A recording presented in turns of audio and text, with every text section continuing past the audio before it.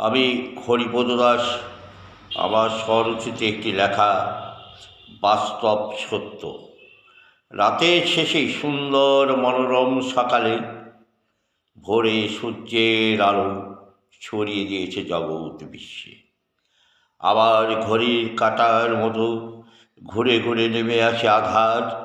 রাতে আকাশে লক্ষ লক্ষ তারা চাঁদের মতো আলো দিয়ে চলেছে।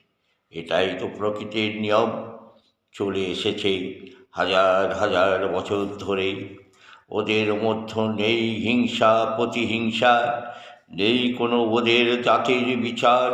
পৃথিবীতে অনেক ধরনের মানুষ আছে, তারা স্বার্থ ছাড়া কিছু বোঝে না।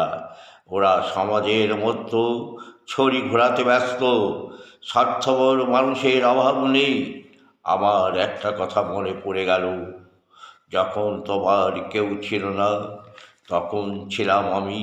এখন তোমার সব হয়েছে, পর হয়েছে আমি। বিপদের সময় কারো পাশে দাঁড়ালে সে অতীতকে ভুলে যায়। এটাই তো জগতের নিয়ম, এটাই বাস্তব সত্য। নমস্কার।